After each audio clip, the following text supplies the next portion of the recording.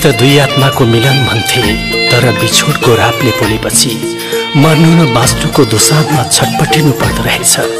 मैले आफूलाई बाँचिरहनुको कुनै औचित्य ठानेको छैन। सायद तिमीसँग मेरो भेट हुन्छ या हुँदैन। बस मेरो धोको यति छ, तिमीले मन पारेको त्यो भाग्यमानीबाट मैले जस्तो धोका खानु कहिले नपरोस् तिमीले।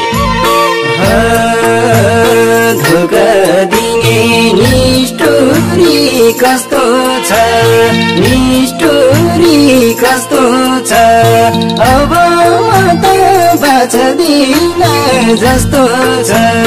मलाई लाँदा खाँचो बासमती फुल चढाउनु पर्दैन पापिनी, फुल छिर्नु मेरो लासमाथि।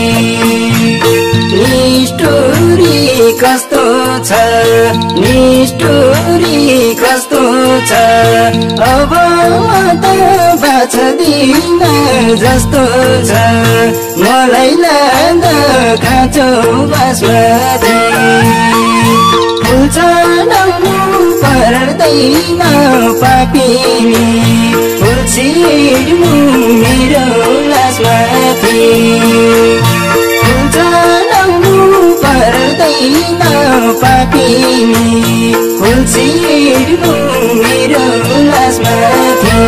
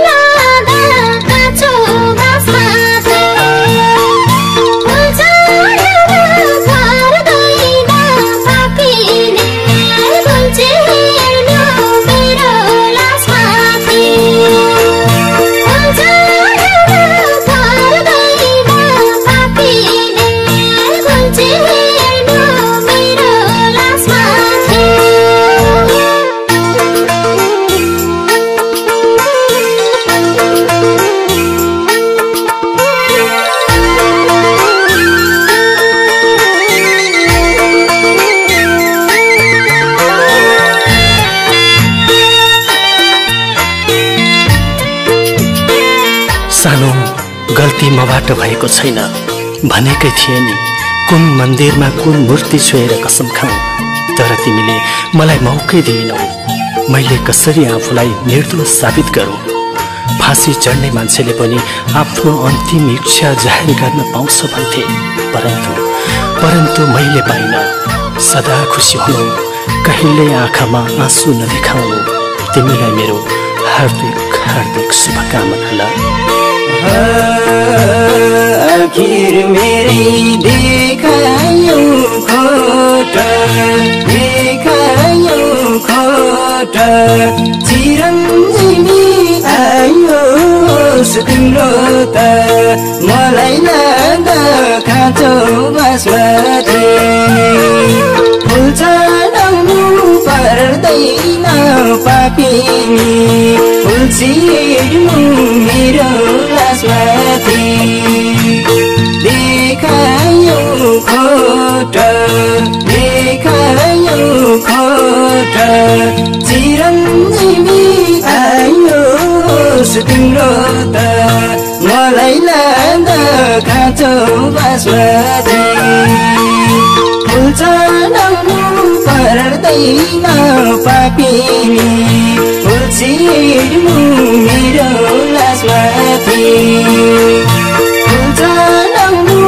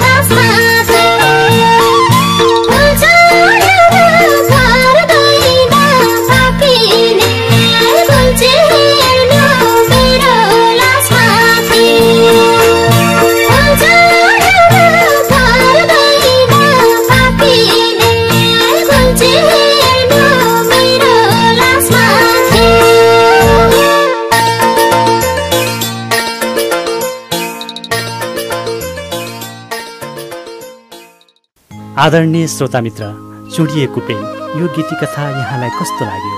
आशा छ अवश्य पनि मन पर्यो। प्रतिक्रियाको लागि हामीलाई सम्झनुहोस्। हाम्रो ठेगाना हो गीति कथा चुडिएको प्रेम, पोस्ट बक्स नम्बर 11854 काठमाडौँ। हवस् त, आजको श्रृङ्खलाबाट प्राविधिक मित्र सुमन केसी सहित यो कार्यक्रम प्रस्तुता रेशम सापकोटा पनि आज्ञा चाहन्छ। तपाईँको प्रेम सफल रहोस्।